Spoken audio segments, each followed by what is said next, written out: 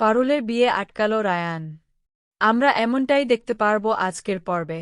চলুন বিস্তারিত জেনে নেই। গল্পের শুরুতে দেখা যায় রায়ান বারবার বলতে থাকে কিছুতেই সে তার বউকে অন্য কারো হাতে তুলে দিতে পারবে না, লিগালি তারা স্বামী স্ত্রী। ঠিক সেই মুহূর্তে দাদু বলে, রাখো তোমার স্বামী স্ত্রীর কথা, এইভাবে কারো সঙ্গে থাকা যায় না। তুমি কখনো তাকে যথেষ্ট সম্মান দাওনি, তাহলে কেন তুমি তাকে এভাবে আটকে রাখতে চাইছ? ডোকসুন্দর ওকে সম্মান দেবে, ভালোবাসা দেবে, তার প্রাপ্য সম্মানটুকু দেবে, তোমার মতো নয়, তাই তোমার উচিত ডোকসুন্দরের হাতেই পারুলকে তুলে দেওয়া, আর যদি সেটা না পারো তাহলে নিজের মুখটা অন্তত বন্ধ রাখো। এরপর রায়ান বলে, আমি কিছুতেই এই বিয়ে হতে দেব না, যতক্ষণ আমার প্রাণ থাকবে আমি এই বিয়ে আটকানোর চেষ্টা শেষ পর্যন্ত করে যাব। তখনই পারুল বলে, রায়ান তুই চুপ করবি, কোনো অধিকারে তুই আমাকে আটকানোর চেষ্টা করছিস? তুই তো আমাকে ভালোবাসা বা সম্মান কোনোটাই দিসনি, দাদু যা বলেছে তা একদম সত্যি, তাহলে কেন আমি তোর সঙ্গে থাকব বলতো? তখন রায়ান বলে, পারুল তুই এই ব্যাপারে কথা বলিস না, তোর আর আমার মধ্যে যা সম্পর্ক থাকুক না কেন সেটা আমরা নিজেরা বুঝে নেব, কিন্তু তুই অন্য কাউকে বিয়ে করতে পারবি না। তখন পারুল বলে, কেন পারব না? অবশ্যই পারব। তুই যদি আমাকে যথাযথ সম্মান আর ভালোবাসা না দিস তাহলে আমারও উচিত তোর কাছ থেকে দূরে সরে যাওয়া, আর সব থেকে বড় কথা তুই তো তোর ভালোবাসার মানুষকে বিয়ে করে সুখে সংসার করতে পারবি, আমি তো সরে যাচ্ছি তোর জীবন থেকে। এরপর রায়ান ডোকসুন্দরকে বলে, কোনোভাবেই আমি পারুলকে তোমার হাতে তুলে দেব না, আর তার জন্য আমাকে যা যা করতে হবে সবটাই আমি করব। কিন্তু ডোকসুন্দর বলে, আরে রাখুন তো মশাই, আপনি নিজেই কখনো সম্মান বা ভালোবাসা দিতে পারেননি, আবার বড় বড় কথা বলতে এসেছেন। এরপর পরিতোষবাবু অর্থাৎ রায়ানের বাবা খুব কষ্ট পেতে থাকেন এবং বলেন, মেয়েটাকে এভাবে কষ্ট পেতে আমি আর দেখতে পারছি না, ইচ্ছে করছে সবটা এখনই বলে দিই, কিন্তু অনিরুদ্ধ বলেন, না এখন কিছু বলা যাবে না, আর একটু সময় অপেক্ষা করুন, দেখবেন সব ঠিক হয়ে যাবে, এই সময়টাতেই রায়ান পারুলকে তার মনের কথা বলে দেবে, এইটুকু ভরসা আমার আছে, একটু কষ্ট সহ্য করুন। তার মধ্যেই রায়ান ভাবে, কিছুতেই না, এই বিয়েটা কিছুতেই হতে পারে না। সবাই যখন চলে যায় তখন পারুল নিজের ঘরে চলে যায়। এরপর রায়ান বলে, পারুল আমার মাথায় একটা বুদ্ধি এসেছে, দেখ আমি আমার ব্যাগপত্র গুছিয়ে নিচ্ছি, তুইও তোর জিনিসপত্র গুছিয়ে নে, তারপর আমরা এখান থেকে অনেক দূরে পালিয়ে চলে যাব, চল তাড়াতাড়ি চল। তখন পারুল বলে, কোথায় যাব পালিয়ে? আর আমি কেন পালাবো? আমি কি অন্যায় করেছি যার জন্য আমাকে পালাতে হবে? আমি কোনোভাবেই পালাবো না, কারণ আমি কোনো অন্যায় করিনি, তাহলে পালিয়ে যাওয়ার প্রশ্নই আসে না। তখন রায়ান বলে, তাহলে তুই বিয়েটা করতে চাইছিস, তোর এই বিয়েতে ইন্টারেস্ট আছে?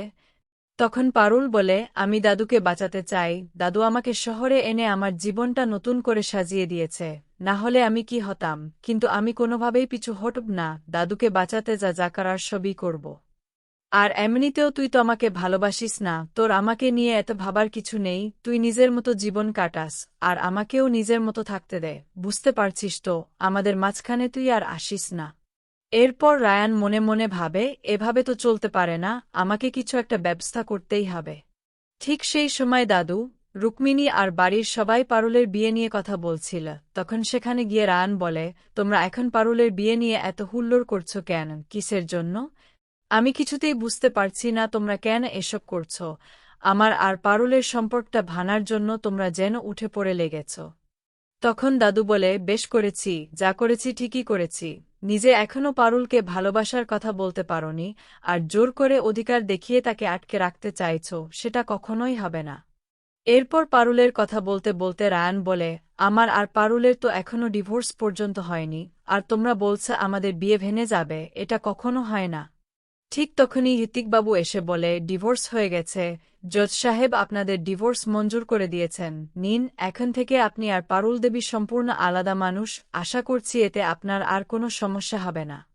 এরপর রায়ান অবাক হয়ে বলে, উনি তো আমাদের বলছিলেন ঘুরতে যেতে, রিল বানাতে, ফটোশ্যুট করতে, আর এখনই ডিভোর্স দিয়ে দিলেন।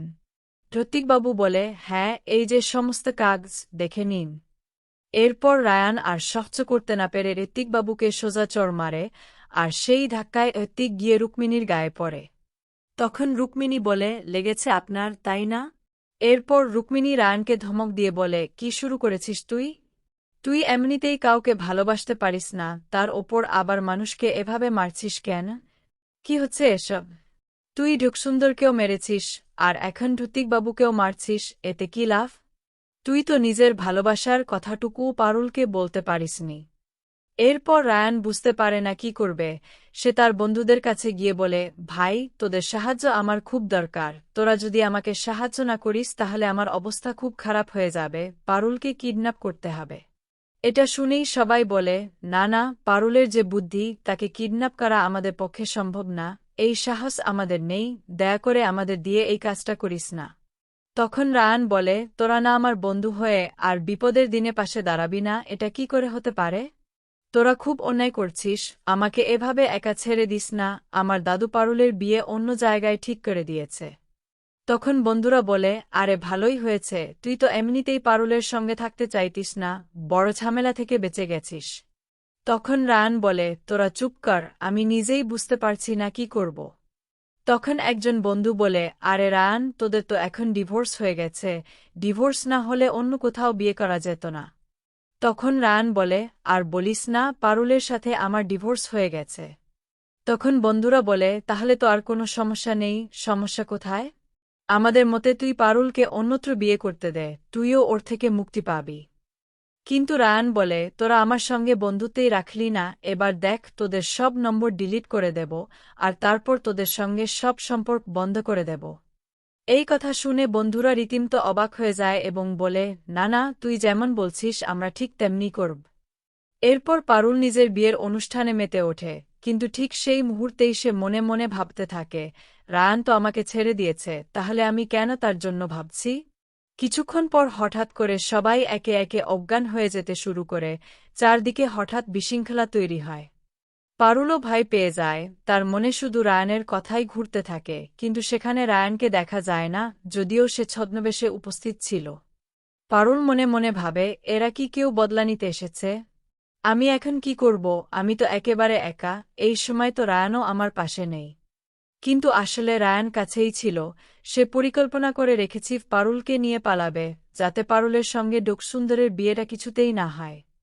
আজকে এই পর্যন্তই। আপডেট পেতে চ্যানেলটি সাবস্ক্রাইব ও বেল আইকনে ক্লিক করে রাখুন। আগামী পর্বে কি ঘটবে জানতে চোখ রাখুন আমাদের চ্যানেলে।